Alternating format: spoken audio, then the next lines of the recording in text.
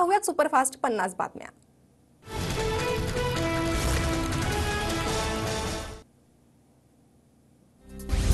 OBC आरक्षण टिकवण्यासाठी सरकार अपयशी ठरल्यास रस्त्यावर उतरणार, लक्ष्मण हाकेंचा इशारा। पंतप्रधान अमेरिका राष्ट्राध्यक्षावर बोलण्या इतकं जरांगेंचं ज्ञान आहे का, हाकेंचा सवाल।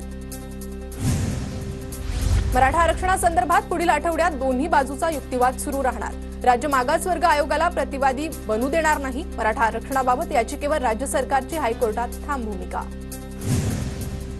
भोसरी जमीन घोटाळा प्रकरणी खडसे कुटुंबियांचा दोषमुक्तीसाठी अर्ज, एकनाथ खडसे, मंदाकिनी खडसे, गिरीश चौधरींचा दोषमुक्तीसाठी अर्ज।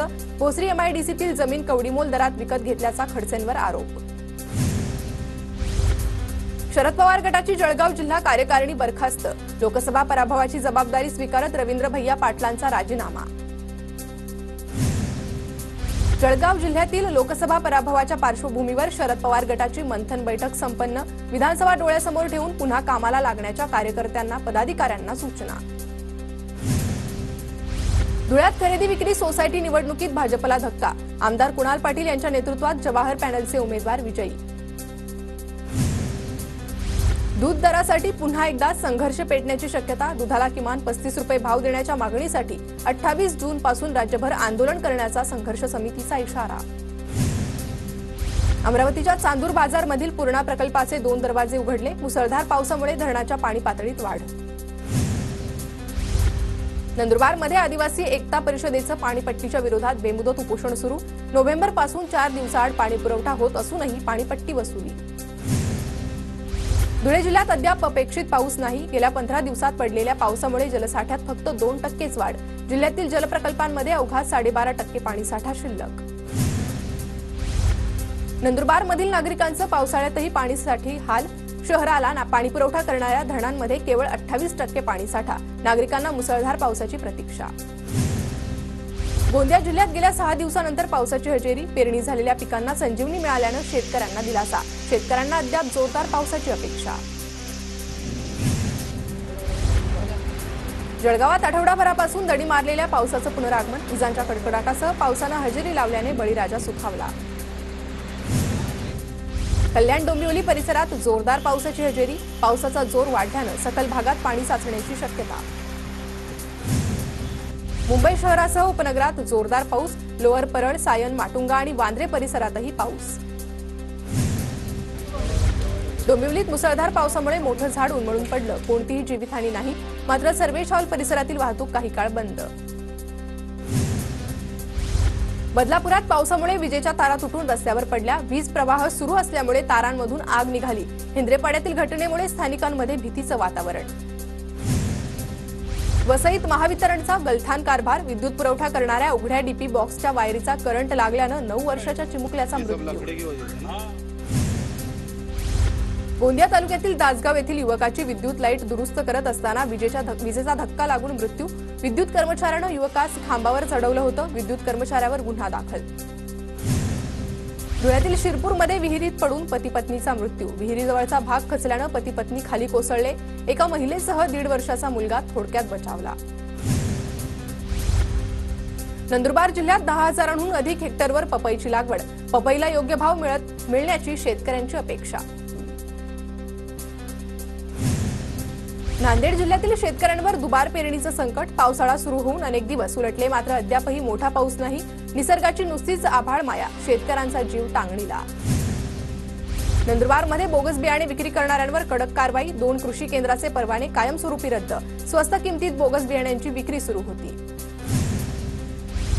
गोंदिया जिल्ह्यात 2 महिन्यांपासून 94 कोटी रुपयांचे धानाचे सुकारे थकले, ऐन खरीप हंगामात शेतकऱ्यांची आर्थिक कोंडी। पुण्याच्या खेड तालुक्यातील अवर्षण प्रवण क्षेत्रातील शेतकऱ्यांची कळवणची पाणलोट क्षेत्राला भेट, इंडो जर्मन अर्थसहाय्यानं राबवण्यात आलेल्या पाणलोट क्षेत्र विकास प्रकल्पाची शेतकऱ्यांनी माहिती जाणून घेतली। कृषी मंत्र्यांनी स्वखर्चातून शेतकऱ्याला बैलजोडी दिली भेट, बैलजोडी नसल्यानं भावाला आणि मुलाला अवताला झुपल्याचा व्हिडिओ व्हायरल झाला होता, त्यानंतर धनंजय मुंडेंनी स्वखर्चातून बैलजोडी भेट दिली। नंदुरबार जिल्ह्यातील ग्रामीण भागात रोजगार हमी योजनेतून रोजगार, 7,592 कामातून 20,443 मजुरांना रोजगार उपलब्ध। नाशिकच्या इगतपुरीमधून महाराष्ट्र राज्य रोजंदारी कर्मचाऱ्यांचा बिऱ्हाड मोर्चाला सुरुवात, बिऱ्हाड मोर्चा मंत्रालयावर धडकणार, मानधनवाढ, सेवा सुरक्षेसह इतर मागण्यांसाठी कर्मचारी आक्रमक. अहमदनगरमध्ये वाळू तस्करांच्या हल्ल्याप्रकरणी तलाठी महसूल संघटना आक्रमक, तहसील कार्यालयाच्या प्रवेशद्वारासमोर कर्मचाऱ्यांचा ठिय्या, आरोपींना अटक होईपर्यंत काम बंद, आंदोलनाचा इशारा.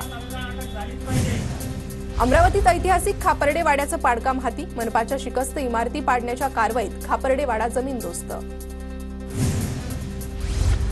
वर्ध्यात दारूबंदीच्या मुद्द्यावरून जय महाराष्ट्र युवा संघटनेचं धरणे आंदोलन, विधानसभेमध्ये 50 वर्ष पूर्ण झालेल्या दारूबंदी कायद्याचे फायदे सांगण्याची मागणी.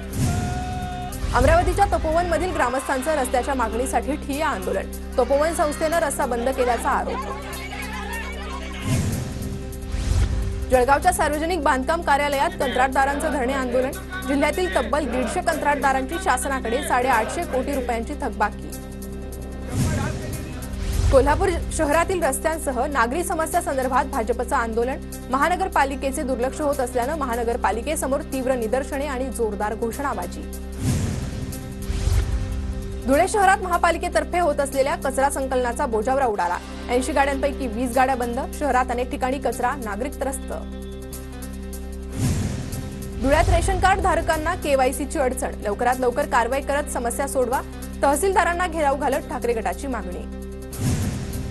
सोलापूरच्या टाकळी गावात जलजीवन मिशनच्या कामात भ्रष्टाचार झाल्याचा ग्रामस्थांचा आरोप, ग्रामस्थांची मंत्री गिरीश महाजनांकडे तक्रार, भ्रष्टाचार न थांबवल्यास मंत्रालयासमोर उपोषण करण्याचाही इशारा.